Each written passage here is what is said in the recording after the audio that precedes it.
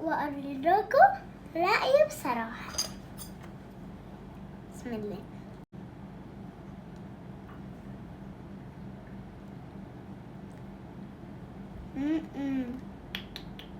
خطيرة طعمهم مش قادرة اقول لكم، يجنن.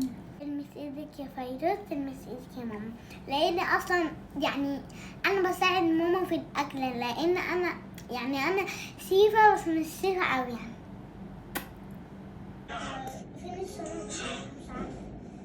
ازيكم؟ وحشتوني كتير. احنا هنعمل طواجن السعادة.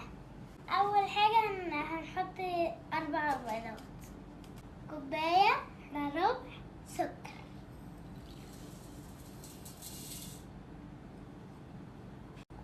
بصوا هنعمل ايه دلوقتي؟ هنضربهم بالمرمى حلوة قوي عشان مش لاقيين يعني التانية، فهنعمل بواحدة بس. مش لاقيين التانية، هنعمل بواحدة بس عشان التانية ضايعة. والله. يلا شفت اضرب. الحظ، شفت الحظ. يلا كده خلصنا ضرب. بس ايه ده المفاجأة دي بقى؟ ايه ده المفاجأة دي؟ هنحط بقى نقطتين من الفانيليا. ايوه. ماشي. شوية. يلا نحط. بسم الله. هتحطي ايه؟ لبن. قد ايه لبن؟ كوباية. كوباية لبن. كوباية لبن. ماشي يلا حطيها بسرعة. بسم الله. كوباية زيت وهحط كوباية زيت، مش عارفة ازاي والله. كوباية لبن.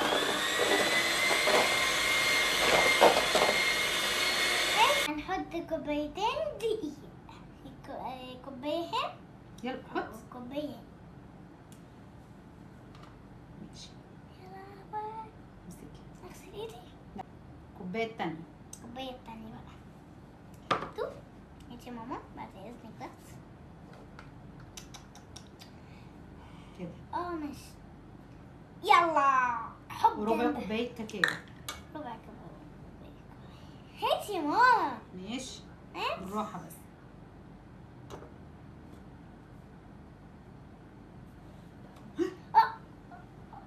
عادي.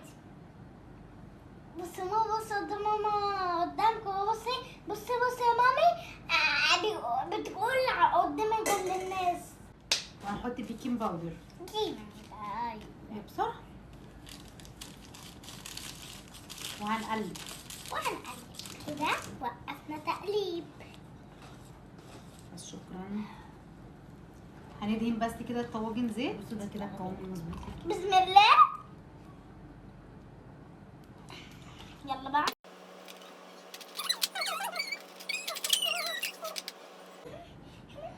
ماما يعني كده هقلبه على بره، هقلبه على هدومي.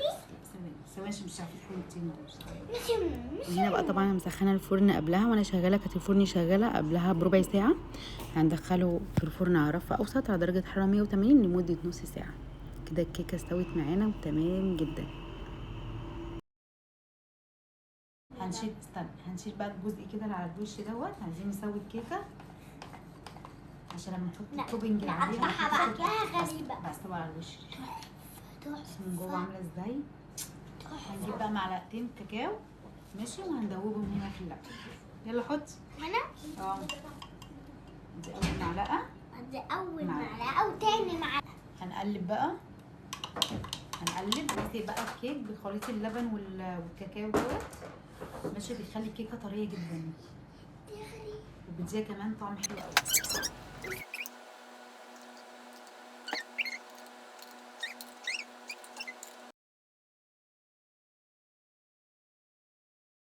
وهنا بقى هنجهز التوبنج بتاعنا، وهو 4 معالق كبار من النوتيلا عليهم معلقتين كبار من الزيت. والزيت طبعا يكون نضيف عشان ما يغيرش طعم النوتيلا. عايزين بس هنا النوتيلا تسيح معانا.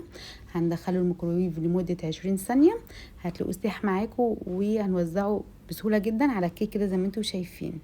بجد يا جماعه النوتيلا مع الكيك بيكون طعمه خطير، والولاد هيتبسطوا جدا بيها. جربوها، يعني الكيكه طريقتها سهله، مش تاخد معاكم وقت طويل، وكمان بقى التزيين ده يعني يرجع لكم، ممكن شويه مكسرات، شويه جوز هند، ممكن بدون اي اضافات خالص، هي كده تمام حلوه قوي.